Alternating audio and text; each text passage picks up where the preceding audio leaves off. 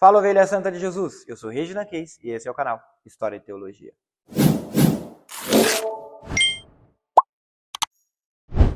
E no vídeo de hoje, o tema é: por que Jesus falava tanto em dinheiro?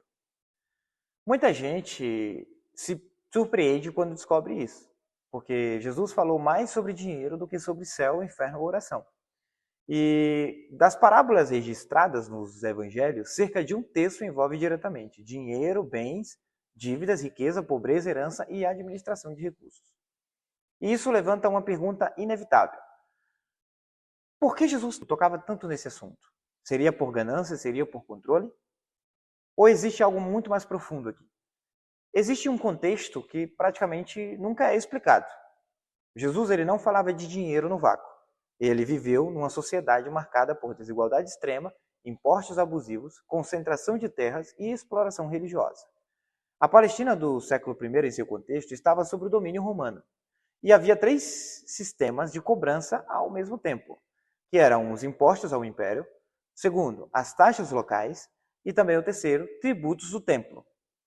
Camponeses perdiam terras por dívidas e muitos se tornavam diaristas, servos ou mendigos. Lucas capítulo 20, versículo 22. É lícito pagar tributo a César?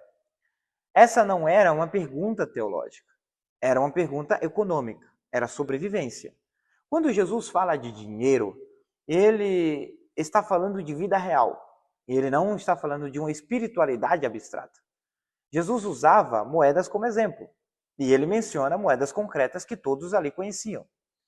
O denário, que era o salário de um dia, Mateus capítulo 20, versículo 2. A dracma, que era a moeda grega comum, Lucas capítulo 15, versículo 8. A lepta, que eram as duas moedinhas da viúva, Marcos capítulo 12, versículo 42. A didracma, que era o imposto do templo, Mateus capítulo 17, versículo 24. E o talento, que era cerca de 34 quilos de prata, em Mateus, mencionado em Mateus capítulo 25.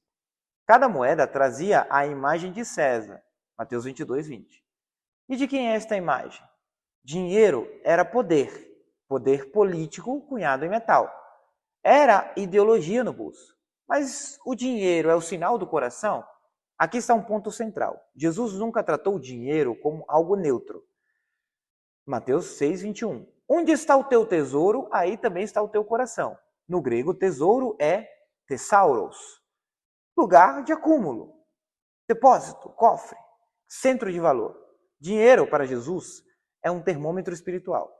Ele revela em quem confiamos, o que amamos, quem governa a nossa vida. Por isso, Jesus diz algo radical em Mateus capítulo 6, versículo 24. Ninguém pode servir a dois senhores. Não podeis servir a Deus e a Mamon. Mas a pergunta é, e quem era Mamon?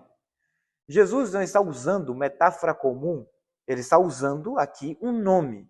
Mamon vem do aramaico mamonan, idioma que Jesus falava diariamente. Significa riquezas, bens, posses, mas também aquilo que se confia.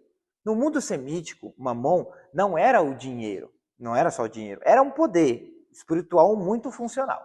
Mamon era entendido como aquilo que garante segurança, aquilo que promete estabilidade, aquilo que salva da fome e da vergonha, aquilo que substitui Deus como fonte de vida. Por isso Jesus não diz dinheiro, ele diz mamon. Ele personifica o dinheiro, transforma a riqueza em senhor. Mamon é poder espiritual. Nos escritos judaicos do período do Segundo Templo, ali mais ou menos, a riqueza já aparecia associada a domínio, opressão e à escravidão interior. Jesus está dizendo algo explosivo. Dinheiro não é ferramenta neutra. Riqueza tem voz, posses competem por trono. Mamon promete o que só Deus deve prometer, que é segurança, identidade, futuro, paz, controle de vida. Por isso Jesus fala em servir. Ele não diz, não podeis ter Deus e Mamon. Ele diz, não podeis servir, porque Mamon exige serviço. Ele exige tempo, preocupação, sacrifícios, ansiedade, obediência, prioridade. Mamon se comporta como um Deus funcional. E não precisa de templo, não precisa de sacerdote, não precisa de oração. Ele governa por medo, necessidade e desejo. Então, Jesus não condenou o dinheiro, condenou o domínio dele? Algo assim? Jesus não diz dinheiro é pecado. Ele diz dinheiro é perigoso. Lucas 12, 15. Acautelai-vos da avareza. O problema não é possuir, é ser possuído. Marcos 10, 21, 22.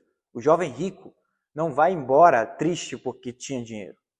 Ele vai embora triste porque o dinheiro tinha ele.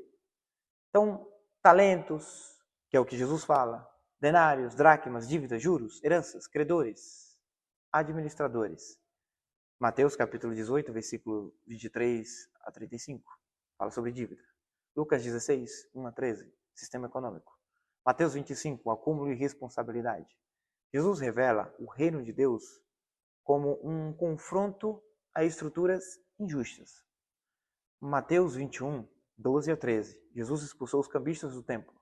O templo era centro espiritual, banco, tesouraria nacional, sistema de endividamento.